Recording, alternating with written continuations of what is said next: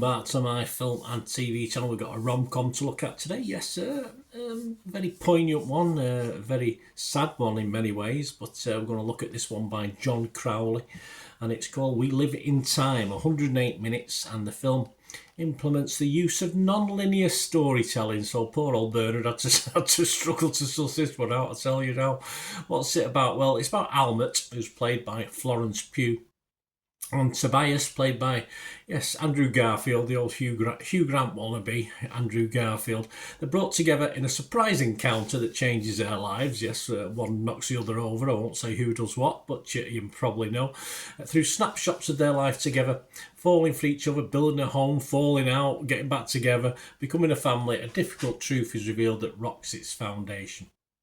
As they embark on a path challenged by the limits of time, they learn to cherish each moment of the unconventional route their love story has taken. That's what we should all do, shouldn't it, really? This was released in the US on the 11th of October, so check your territories. And yes, if you've seen a preview copy in the UK, you're okay, because it's not due for release in the United Kingdom until the 1st of January 2025. So I'm recording this on the 1st of December 2024. So another year ago, well, not really. A month ago. Anyway, so please join me as have a quick look at this. I'll look at what all the critics are thinking and seeing if they're a bit unfair with criticism or not. So yeah, bloody hell, as I said, my old brain struggled with this constant time shifts with this one, and in the end I just gave up and went with the flow and just tried not to think too much of where we were. I was just listening to the words on the screen. But it is a really good watch as dramas which include adversity go, which is what it is. All of great chemistry, I think, between our two main characters. Quite believable chemistry as well, I thought, in fairness, through the good and the bad. Though, yes, as I said, Garfield did annoy me just a little bit at times with his Hugh Grant rom-com style character portrayal, but yeah, so only a small critique. A little bit of what I thought in a moment as well. Let's have a quick look at what other people were thinking of this. Rotten Tomatoes, 7.1 out of 10, 174 critics, so that's a hell of a lot, 135 fresh. But there's a reasonable chunk of rotten, there was 39 rotten.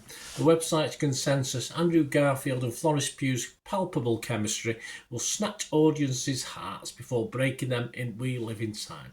A powerful melodrama that uses its non-linear structure to thoughtfully explore grief. Yeah, it doesn't go too over the top with it though as well, so that's always nice, I think. But a bit more of that in a minute with one of the criticisms of this. Not as impressed though with the Metacritic critics. 38 of them, they only give it an average of 58 out of 100. So not fantastic on that score. Let's have a look at this one.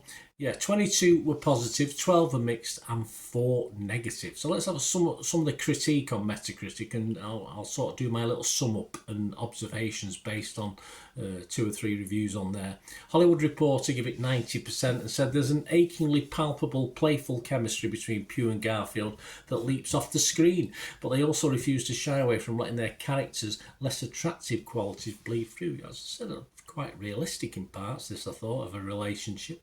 The Observer give it 63%, so I was okay on it. By crisscrossing time frames, Crowley, working from a script by playwright Nick Payne, halts his film's momentum and lessens the overall impact of the central romance. I would tend to go along with that. As I said, my old brain struggled a little bit with this one. Let's have a look at a couple of the bad critiques, so I'll comment on those if I can, or if I may, which I will. Wall Street Journal only give it 40 out of 100. They said a mawkish core remains, though, and the resulting disjunction between the film's indie style and its sludgy sentimentality makes the whole effort feel phony. The Telegraph, even worse, 20 out of 100, said the amatory mechanisms here are so basic they make 1970s Love Story look like Wuthering Heights, but at least Love Story had the courage to wring every last drop of pathos from its tragic romance premise. I think that negativity of those last two is a little bit unfair and harsh. There has to be an element of sentimentality in a story like this, and what's wrong in not going the full hog and bleeding it dry? Well, it has to stay as entertainment, I suppose, and though not perfect, I'm not convinced about the timeline. I sort of like this. I think it found a reasonable balance, and I think those two critics were implying it didn't. I thought it did, personally. That's my point of view. Let me know yours. What is generally Joe Public thinking? Well, I think that this is a fresh on Rotten Tomatoes. I think that this is a positive on Metacritic. And I'm going to give this probably half a point or so less because of the linear storytelling, which I found hard. But I'm going to give it a good, very watchable 6.5 out of 10. And generally, the public like it. Rotten Tomatoes audience 7.3 out of 10. Metacritic users 6.7 out of 10. And the Internet Movie Database, 15,000 scores and reviews on this, so not a mean amount, and it's getting an average of 7.1, so all hunky-dory. Some of the critics don't like it, generally the public do, and I'm on the public side with this one. Let me know what you think, guys, please. Hope you enjoyed this anyway. Let us know your thoughts and comments on this film and anything to do with film and TV. Great to hear your views. If you've not already subscribed, you can press that subscribe button. I'd be very, very grateful.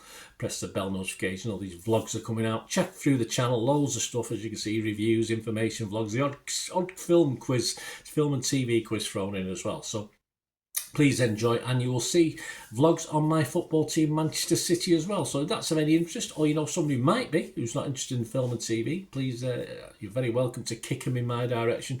I'm always extremely grateful and appreciate any help you can give me on that. And also, if you want to help out the channel going forward, if you like what I try and do, just please stay tuned. Right, a quick shout out before we go for my sponsors at the moment. Piat 6505, they've got a little eBay shop. And they sell movie posters from the 1990s and 2000s. Some great films, some great actors. So please check the link in the comments section below and you'll go straight to the shop.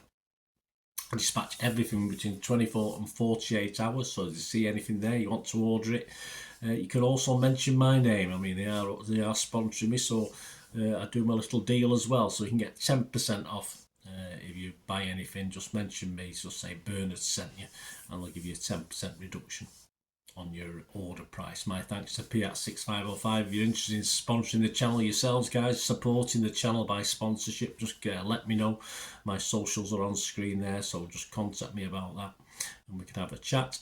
Other ways to help me out, guys, if you watch the ads, if the ads on this, YouTube ads, that helps in a very little way, but it all helps. It all, watch the pennies and pounds look after themselves, they say, don't they? Or the pennies or the 10p's look after themselves. But if you watch the ads or follow the links on the ads as well, that's always a nice way to support the channel. If you sort of hang on for it, I've done that. I watched other people's and followed the ads, just something I fancied, which does happen from time to time. Of course, you can support me by pushing that subscribe button as mentioned earlier, and that's of course pressing the button so you know when these vlogs are coming out. And of course, I'm always interested in your opinions, and of course, if you can give us a like, that'd be wonderful as well. So thanks for watching, guys. Hopefully I'll join you very, very soon with something else. Until we meet again, I'll never ask one thing, don't I? Please stay safe, everyone. Bye for now.